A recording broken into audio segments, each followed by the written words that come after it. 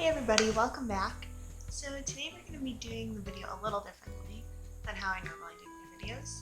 Today we're kind of going to do a little bit of like a how-to informational type video.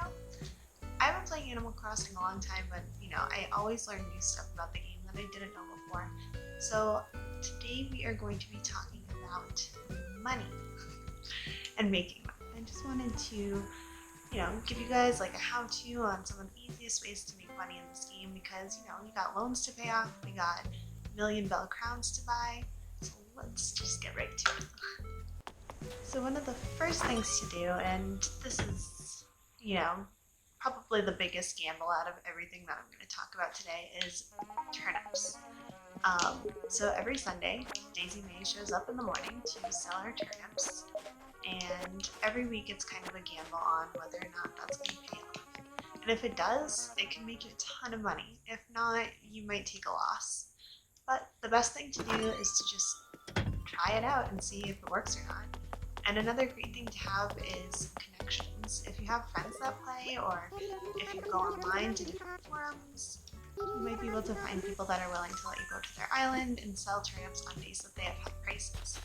So we're going to go check out what my prices are today. I also like to use a turnip tracker to track my prices every week and see what the pattern is, give me some predictions on how my week's going to go, and this will help me influence whether or not I'm going to buy my turnips. So let's take a look. Oh, sad. So I actually had some pretty high prices this morning, and I thought they were going to be high this afternoon. They weren't. But that's okay, because we can always try again tomorrow, and if not, we can always find a friend. So my next money-making tip is this. This golden glowing hole. So the best way to make money off of these is not just to replant what you dig up, but to plant a little bit more. So instead of planting that 1,000 bells that you dig up, if you take out 10,000 bells and bury that, what you're going to get back is 30,000 instead of 3,000. So that's probably one of the best ways to make money quickly, is to bury 10,000 bells every day. So our next tip has to deal with our good friend Blathers. And what we've got going on here is our fossils. So you obviously, when you're building up your museum, you always want to get your fossils checked and see if there's anything you can donate.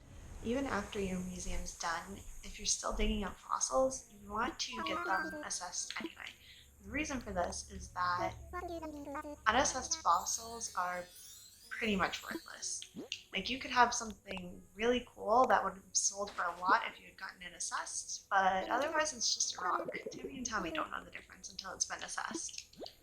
Just to show you guys the difference, I'll go ahead and sell my unassessed fossil to Timmy and Tommy. And it's 100 bells unassessed. But then if we give them the one that has gotten the Blathers stamp of approval,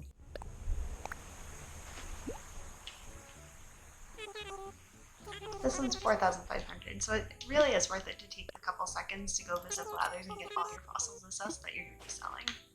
Besides fossils, there are some other things on this island that might vary a little bit in price range depending on what they are.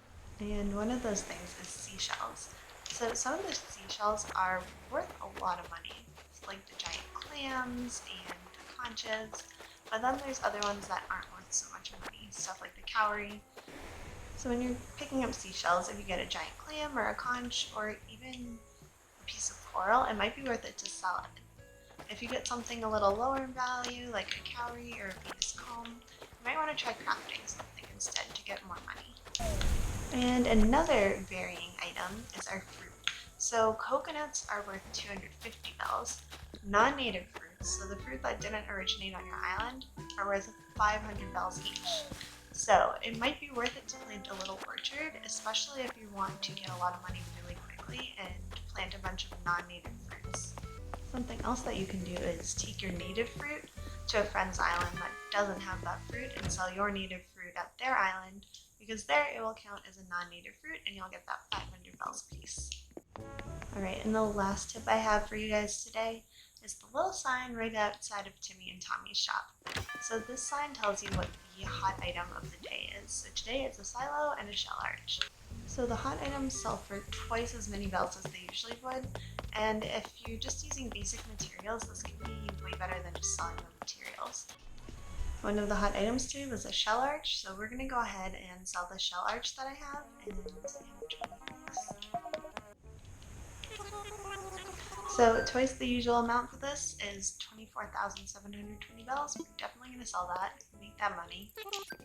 And of course there are tons and tons of other ways to make money in Animal Crossing. Catching bugs, catching fish, selling artwork that is real, that you already have, because you donate that to a museum. Selling extra clothes and furniture that you don't need. But I think these are the best and easiest and most accessible ways to make them. I hope you guys thought this video was helpful. If you want to see more videos like this, more how-to tips and tricks type of thing, let me know in the comments and I'm happy to make more of them. Stay tuned tomorrow for my stream on my Twitch channel of Turkey Day. I'm so excited to celebrate with you guys. It'll be so much fun. And this weekend, we may or may not have something special coming up. Something interesting. So stay tuned for that as well. That will also be on my Twitch. If you guys like this video, give me a thumbs up, drop a comment, and make sure you subscribe so that you don't miss any of our future adventures. Until next time. Bye.